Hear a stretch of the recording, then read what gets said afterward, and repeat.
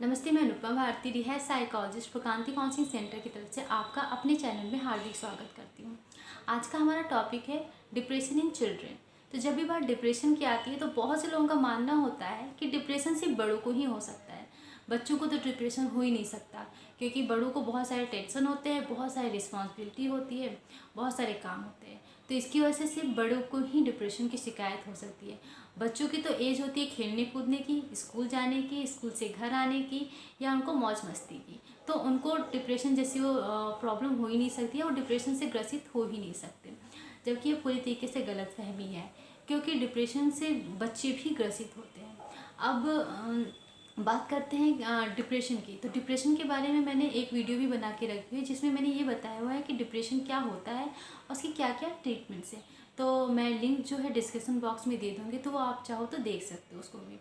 तो आइए बात करते हैं कि डिप्रेशन की। कि तो जब डिप्रेशन की बात आती है तो डिप्रेशन के भी 3 टाइप्स होते हैं। पहला होता है मेजर डिप्रेशन, दूसरा होता है बाइपोलर डिसऑर्डर, तीसरा होता है परसिस्टेंट डिप्रेसिव डिसऑर्डर यानी कि डायस्थीनिया, जिस पे कि आज हम लोग बात करेंगे। आज हम लोग इसी टॉपिक पे बात करेंगे कि परसिस्टेंट डिप्रेसिव डिसऑर्डर यानी कि डायस्थीनिया इन चिल्ड्रेन। तो जब भी जो भी बच्चा परसिस्टेंट डिप्रेसिव डिसऑर्डर से ग्रसित होता है, उसमें क्या क्या चीज़ें देखने को मिलती है, जिससे कि हम समझ सकते हैं कि यह बच्चा परसिस्टेंट डिप्रेसिव डिसऑर्डर से ग्रसित हो सकता है। पहला तो ये होता है कि वो बहुत लो फील करता है, सैड फील होता है उसको, उसके जो मूड होते हैं वो बहुत इरिटेबल होते हैं। और यह तीनों चीज़ें हैं अगर 1 साल तक बच्चे में बनी हुई हैं, तो आप इसको बोल सकते हो या कह सकते हो कि बच्चे को हो सकता है कि बच्चा परसिस्टेंट डिप्रेसिव डिसऑर्डर से ग्रसित हो। क्योंकि डिप्रेशन की वजह से बहुत सारे बच्चों में, जो बच्चे डिप्रेशन से ग्रसित होते हैं, उनकी बॉडी, मूड, यहाँ तक कि उनके थॉट्स, तीनों तरीके से बहुत ज़्यादा प्रभाव डालते हैं। तो क्योंकि ये तीनों चीज़ें तरीके से जब उस पर प्रभाव पड़ता है, तो बच्चे अब कुछ अच्छा कर ही नहीं पाते हैं। क्योंकि जब रिस्क फैक्टर की बात आती है कि डिप्रेशन के क्या क्या कारण हो सकते हैं कि बच्चा डिप्रेस्ड हो सकता है, तो सबसे बड़ा कारण तो यही होता है कि फैमिली हिस्ट्री यानी कि जेनेटिक्स, जिसको कि आप जेनेटिक्स भी कह सकते हो सकता है। घर में किसी को पहले डिप्रेशन की शिकायत रही हो, जैसे मम्मी पापा, दादा दादी, या किसी को ऐसे घर में रही हो जिसकी वजह से हो सकता है कि बच्चे को भी ये डिप्रेशन की शिकायत हो सकती है। दूसरी होती है लॉट्स ऑफ स्ट्रेस, यानी कि बच्चे को बहुत सारे स्कूल के स्ट्रेस, यानी कि उनको अपनी पढ़ाई से रिलेटेड बहुत ज़्यादा तनाव होता है, या फिर उनको स्कूल में या उनके स्कूल चेंज होने की वजह से भी उनको तनाव होता है, जिसकी वजह से वो डिप्रेस्ड हो सकते हैं। यहाँ तक कि अगर कोई ट्रॉमा की वजह से भी बच्चे, या फिजिकल या फिर इमोशनल ट्रॉमा की वजह से भी बच्चों को डिप्रेशन की शिकायत हो जाती है। यहाँ तक कि जो कुछ बच्चे ऐसे भी होते हैं जिनको कि उनके जो घर में कोई प्रियजन ऐसे होते हैं जिससे वो बहुत ज़्यादा प्यार करते हैं, उनकी मृत्यु हो जाने की वजह से भी बहुत सारे बच्चे डिप्रेशन के शिकार हो जाते हैं। यहाँ तक ये भी होता है कि कुछ बच्चों को अब्यूज़ कर, घर का एटमॉस्फेयर या बाहर का कुछ ऐसा एटमॉस्फेयर होता है जिसकी वजह से बच्चे डिप्रेशन के शिकार होते हैं। जैसे कि उनको अब्यूज़ किया जाता है या निगलेक्ट किया जाता है, जिसकी वजह से भी वो उनको डिप्रेशन की शिकायत होती है। ये भी एक कारण हो सकता है कि अगर कोई बच्चा ऐसा भी है जिसको कि क्रॉनिक इलनेस, यानी कि अगर लंबे समय से वो बीमार चल रहा है, तो हो सकता है कि बच्चे में डिप्रेशन की प्रॉब्लम हो सकती है। अब बात करते हैं कि क्या क्या सिम्टम्स होते हैं डिप्रेशन के, कि जिससे कि हम समझ सके कि हमारा बच्चा कहीं डिप्रेशन की प्रॉब्लम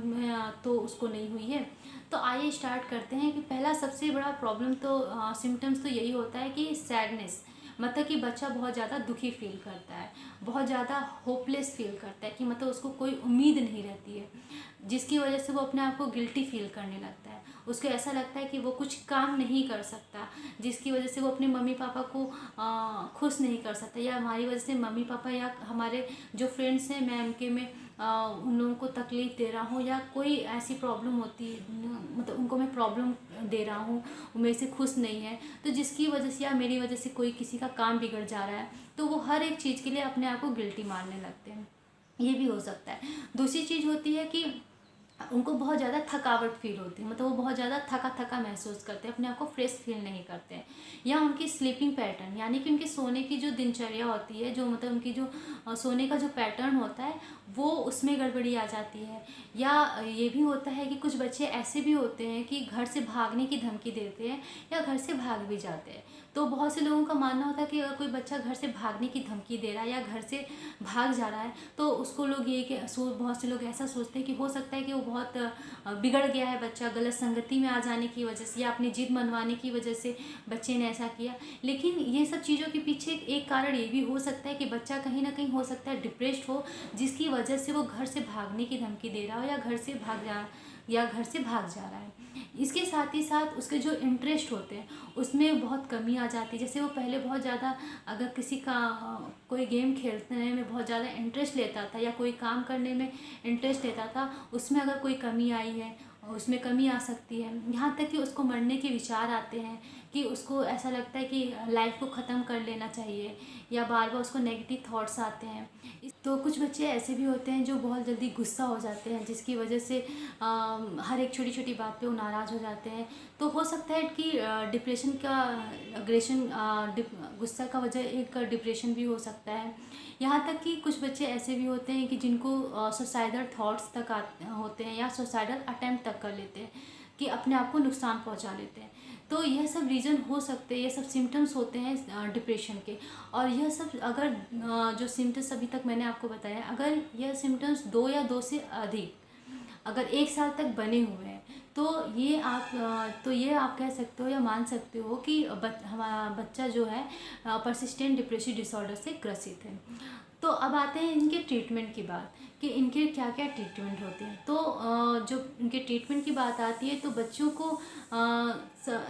उनकी दवाइयाँ चलती हैं। जो साइकेट्रिस्ट के अगर पास जब जाते हैं तो साइकेट्रिस्ट उनको दवाइयाँ देता है, जिससे मेडिसिन चलती हैं, जिस मेडिसिन से उनके जो हार्मोनल चेंज हुए रहते हैं उस हार्मोनल चेंजेस को वो बैलेंस में करता है,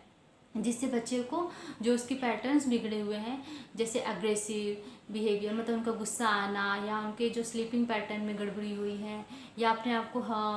दुखी महसूस कर रहे हैं या उनको गिल्ट फीलिंग हो रही है, तो इन सब चीज़ों जो हार्मोन्स होता है उसको बैलेंस में करता है, जिससे कि ये सब फीलिंग्स आना कम हो जाता है या बंद हो जाता है। तो अब आती है सेकेंड चीज़ की साइकोलॉजिस्ट की बात। तो साइकोलॉजिस्ट का काम यहाँ पर ये होता है कि साइकोलॉजिस्ट आपके बच्चे को, जो अगर कोई बच्चा ऐसा है कि डिप्रेशन से ग्रसित है, तो उस बच्चे के जो इमोशंस होते हैं वो बचपन से ही उस बच्चे को अगर जब हम ट्रीट करते हैं, क्योंकि डिप्रेशन का सीधा सा उसको अगर देखा जाए तो उसका मतलब ही ये होता है कि अपने इमोशंस को प्रेस करना, मतलब अपने इमोशंस को दबाना। तो जब बच्चा बचपन से ही ये सीखता आता है कि अपने इमोशंस को दबाना सीखता है, तो उसको साइकोलॉजिस्ट जो होता है वो उसको पैटर्न को समझाने सही तरीका बताता है कि किस तरीके से अपने इमोशंस को एक्सप्रेस करना है। वो बहुत सारी थेरेपी चलाता है जिसकी वजह से वो अपने इमोशंस को एक्सप्रेस करता है और डिप्रेशन जैसी प्रॉब्लम से अपने आप को सुरक्षा कर ले, मतलब सुरक्षित हो जाता है। इसके लिए वो talk therapy, game therapy, means play therapy या फिर आर्ट थेरेपी, यहाँ तक कि उसके फैमिली काउंसलिंग होती है। जहाँ से वो स्कूलिंग कर रहा है वहाँ से के टीचर से बात की जाती है, जिससे कि ये पता किया जाता है कि बच्चे में क्या क्या क्रिएटिविटी है या क्या क्या बच्चे में प्लस पॉइंट है या माइनस पॉइंट है, या बच्चे में कब से ये प्रॉब्लम्स आना स्टार्ट हुई। तो ये सब चीज़ें जानने के बाद बच्चों को साइकेट्रिस्ट प्लस साइकोलॉजिस्ट दोनों का ही रोल यहाँ पे यही होता है कि बच्चे को सही करना, उनके इमोशंस को निकालना। मतलब साइकेट्रिस्ट का तो काम ये होगी कि वो आपके बच्चे को दवाइयों के माध्यम से सही करता है, बट साइकोलॉजिस्ट का काम ये होता है कि आपके बच्चे के मन पे जो असर पड़ा है उस असर को सही करना, या अगर उसके जो नेगेटिव थॉट्स या उसके जो थॉट पैटर्न्स में गड़बड़ी आई है उस थॉट पैटर्न्स को चेंज करना, उसको सही चीज़ें बताना, उसको प्रॉब्लम्स के साथ डील करना, कि अपने इमोशंस को एक्सप्रेस करना, किस ढंग से एक्सप्रेस करना है वो तरीका साइकोलॉजिस्ट बताता है, उनको गाइड करता है। और इसी के साथ आपसे ये कहना चाहूँगी कि अगर ये वीडियो आपको अच्छा लगे तो प्लीज़ इस वीडियो को लाइक, शेयर और सब्सक्राइब चैनल को ज़रूर करिएगा और बेल आइकन को भी प्रेस कर दीजिएगा, जिससे ये होगा कि जो भी मैं वीडियो बनाऊँगी उसका नोटिफिकेशन आपको मिल जाएगा। और इसी के साथ नेक्स्ट वीडियो में फिर से